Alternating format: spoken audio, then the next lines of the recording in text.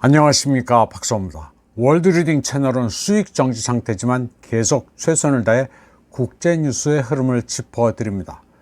이번 방송에서는 러시아 과학 아카데미 중국 현대 아시아 연구소 한국학센터 수석연구원 콘스탄친 아스몰로프가 한국의 정치 상황을 어떻게 보는지 소개해드리겠습니다.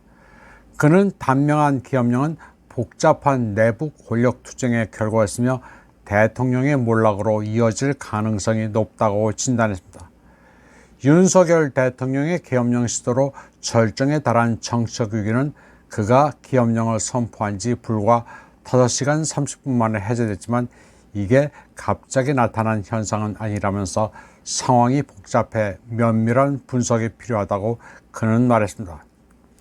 그러면서 상황의 맥락상 문제의 본질은 2022년 한국 대선으로 거슬러 올라간다고 했습니다. 당시 윤석열은 예전에 2명의 보수 대통령을 기소했음에도 불구하고 보수 진영으로 건너가 대통령 후보가 돼 0.73% 차이로 대선에서 가까스로 승리했다고 말했습니다. 이는 한국 역사상 유례가 없는 근소한 차이였는데 윤석열은 처음부터 어려움에 봉착했습니다. 야당인 민주당이 과반 의석을 차지했습니다. 이러한 권력 역학관계로 한국의 민주당은 대통령의 이니셔티브를 차단하면서 자신의 의제를 추진할 수 있었고 이는 종종 대통령의 거부권 행사로 이어졌다고 했습니다. 그리고 이러한 상황은 입법 활동을 크게 마비시키고 사회의 양극화를 부추겼습니다. 2024년 4월 국회의원 선거도 상황을 바꾸는데 별 도움이 되지 않았습니다. 4월 선거는 여당의 큰 패배였으며 민주당은 의석의 3분의 2를 차지하지는 못했지만 여당을 고려하지 않고 법안을 통과시키거나 차단할 수 있는 자격 과반수를 유지했다고 말했습니다. 그러면서 입법부를 마비시킨 위기가 윤의 남은 임기 동안 지속될 것이 분명해졌다고 아스몰로프는 말했습니다. 동시에 윤 정부는 민주당을 개인 팬클럽으로 만든 논란의 여지가 있는 야당 대표 이재명에 대한 형사소송을 시작했다고 했습니다. 그에 대한 혐의에는 상당한 근거가 있으며 사회의 정치적 양극화를 제치두고도 그는 어차피 감옥에 갈 만하다고 분석했습니다. 아스몰로프는 심지어 다양한 사건에서 5명의 핵심 증인이 증언하기 전에 사망하거나 자살했다는 사실도 지적했습니다. 이재명은 한 사건에서 집행유예를 받았고 다른 사건에서는 기적적으로 무죄 판결을 받았습니다. 그러나 그는 여전히 4가지 추가 판결에 직면했습니다. 대법원의 집행유예 판결만으로도 이 대표의 정치 활동이 끝날 수 있다는 점을 감안하면 상황은 곧바로 누가 먼저 누구를 묻을 것인가의 쟁투로 바뀌었다고 아스몰로프는 말했습니다. 정부가 민주당 지도부를 유죄 판결하거나 민주당이 대통령에 대한 탄핵 절차를 성공적으로 시작하느냐의 상황이라는 것입니다. 아스몰로프는 야권이나 여권이나 비슷하다고 보고 있습니다. 야권이 대통령을 흠집내기 위한 비난이나 윤석열이 계엄령을 정당화하기 위해 내세운 반국가 세력, 친북 세력이란 프레임 역시 근거가 없다고 진단했다.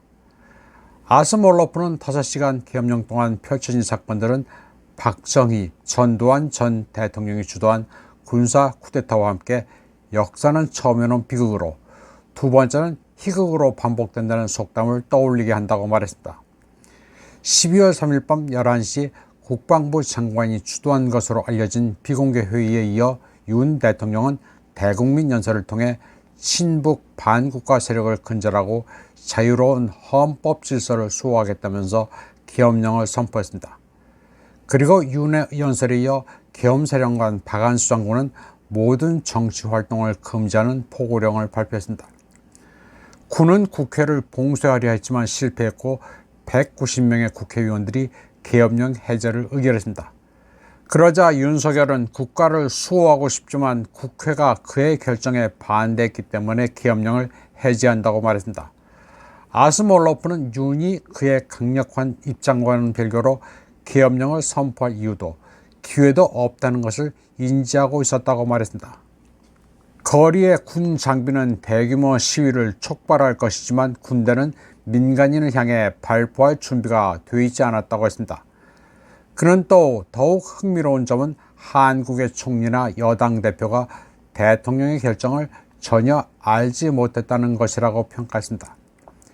여당 대표는 계엄령을 잘못된 것으로 규정하고 의회에서 반대표를 던진 최초의 인물 중 하나였다고 했습니다. 계엄령 소식은 워싱턴에도 전해졌는데 커트 캠벨 미 국무부 부장관은 미국이 이 사건을 심각하게 우려한다고 말했습니다. 커트 캠벨은 민주주의가 한미 동맹의 기반이며 모든 정치적 분쟁은 평화롭게 법치에 따라 해결해야 한다고 서울에 상기시켰습니다. 아스몰로프는 오늘날 한국군은 독재 시절과 같지 않다는 것을 인식하는 것이 중요하다고 했습니다. 즉 민간인을 향해 총을 쏠 준비가 되어 있지 않다는 것입니다. 이런 맥락에서 대통령이 유혈 사태로 이어질 수 있는 긴장 고조를 선택하지 않은 것은 안심할 만하다고 평가했습니다. 또 흥미롭게도 윤석열의 행동은 평양을 당혹해 했다고 했습니다. 북한 국영 매체는 아침 뉴스에 음악을 틀었고 신문은 계엄 사태를 언급하지 않고 한 진보 조직이 탄핵을 요구했다고만 보도했습니다. 그리고 조선중앙통신은 아직 이 문제를 언급조차 하지 않았다고 아스몰로프는 전했습니다. 그는 윤이 실패에 따르는 위험을 이해할 만큼 현실적이어서 그의 동기를 따져봐야 한다고 했습니다. 한 이론에 따르면 윤은 단순히 용기를 잃었다고 합니다. 계엄령 아이디어를 윤의 고교 동문인 김용현이 냈고 상황을 앞서 나갈 줄 알았는데 나중에 보니 계엄군의 역량과 계엄의 효과를 오판했다는 이론이 있습니다. 또 누군가 대통령이 계엄에 올인하도록 강요한 외부의 압력하에 자발적으로 내린 결정이란 이론도 있습니다. 아스몰로프는 윤 대통령이 노련한 정치인이 아니라면서 정계에 입문한 지 얼마 안 된 그는 관료 사회가 어떻게 움직이는지 이해가 부족하다고 했습니다. 그는 가까운 측근에 둘러싸여 편향된 정보만을 접했던 박근혜와 유사점을 찾을 수 있다고도 지적했습니다. 아스몰로프는 흥미롭게도 일부 음모론자들은 미국이 이 사건에 역할을 했을 것이라고 믿는다고 했습니다.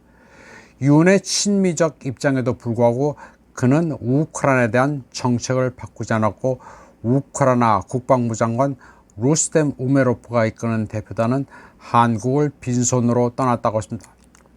모스크바와 평양의 관계가 확대되는 가운데 한국이 키예프에 군사 지원을 보낼 것이라는 의심의 근거가 있었지만 그런 일은 일어나지 않았다고 했습니다.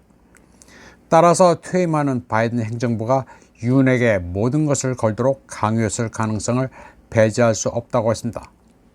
그는 또 대통령으로부터 거의 모든 사람을 소외시킨 계엄령 실패는 정치적 자살과 마찬가지라고 했습니다.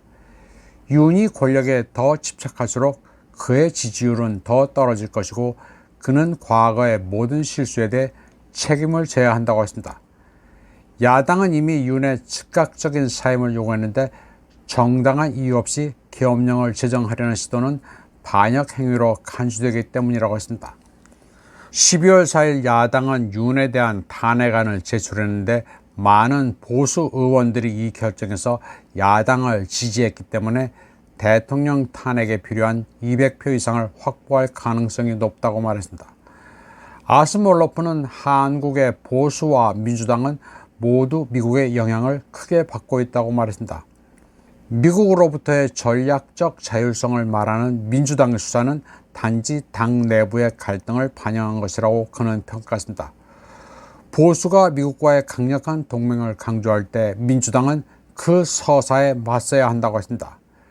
즉 민감한 문제에 대한 어느 정도 운신의 폭이 있으려면 다른 곳에서 양보해야 한다고 했습니다. 윤 대통령은 북한 문제에 대해서는 워싱턴과 완전히 일치했지만 러시아와 중국에 대해서는 유연성을 유지했다고 했습니다.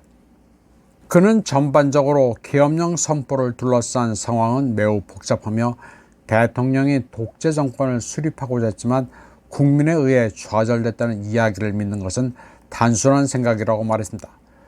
아스몰로프는 지금으로서 확신할 수 있는 것은 가까운 미래에 한국의 정치가 매우 흥미진진할 것이라는 점뿐이라면서 계속 지켜보자고 말했습니다.